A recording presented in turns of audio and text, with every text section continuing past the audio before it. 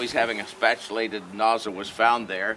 The dining room we'll go in is a room behind where they had meetings, always separate, men and women. The graveyard is out here, just the piles of rocks, and they've excavated some. There was one that they were contemplating may have been John the Baptist. It's unlikely because he certainly didn't stay with them, but I mean when Herod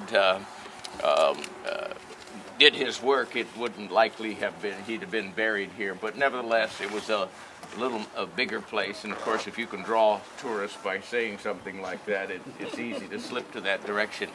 This was mainly a lookout, that's all. You could see people from coming, but only camel caravans and shepherds on a long way would be coming this way, but they liked the tranquility of the place, and they really stayed here. They would have lived in tents. Actually about 15 years ago, Magin Broshi, that I told you was the curator of the Shrine of the Book, was now retired, and they found some caves over on the other side, and he came out of retirement because they thought, sure, there could be more scrolls in the caves. And they dug them out, and when they got there, they found a newspaper of 1954, Jordanian Press. The Bedouins had already been there looking for scrolls. So they may have lived in caves, too, but the caves where they stored the scrolls were done because you can't destroy a scroll with the name Lord on it. And so that what dictated that you've got to retain it even after it's worn out. So there's a continuous writing, and it was in an upper floor.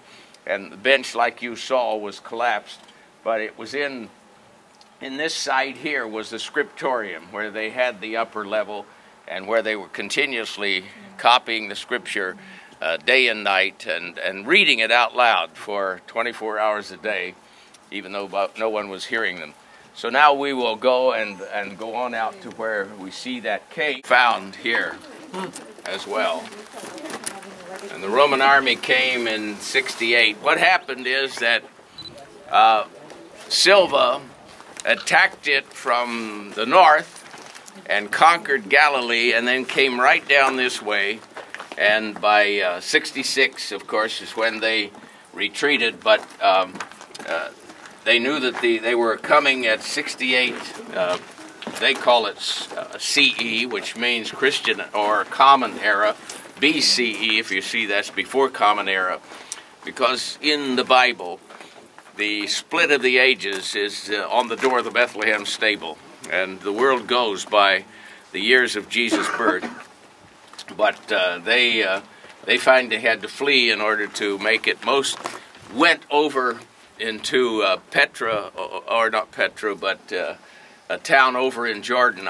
I was going to write a dissertation on the fact that most of the Qumran would easily have converted into Christianity because of the fact that they didn't believe in procreation, and of course they didn't buy that because conversion is proselyting. It's not conversion to Christianity because they can't imagine that. But still, it would seem to me that they might have done that because to save, and the fact that many would have fled that direction, but some took the scrolls and went up on top of Masada to save their lives.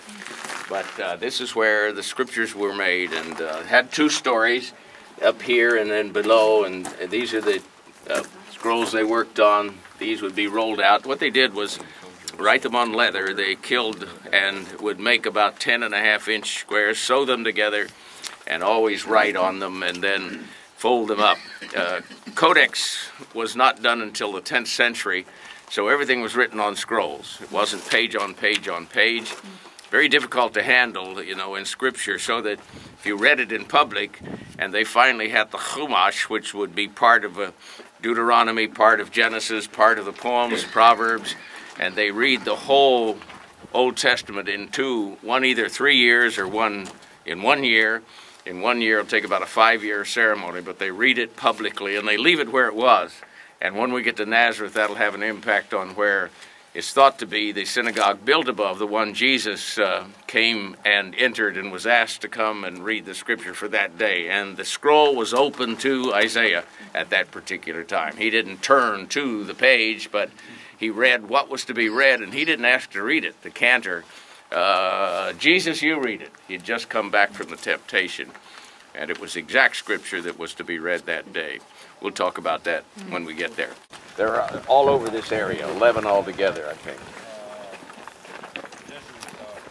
And in the Gospels, when the scribes and Pharisees are referred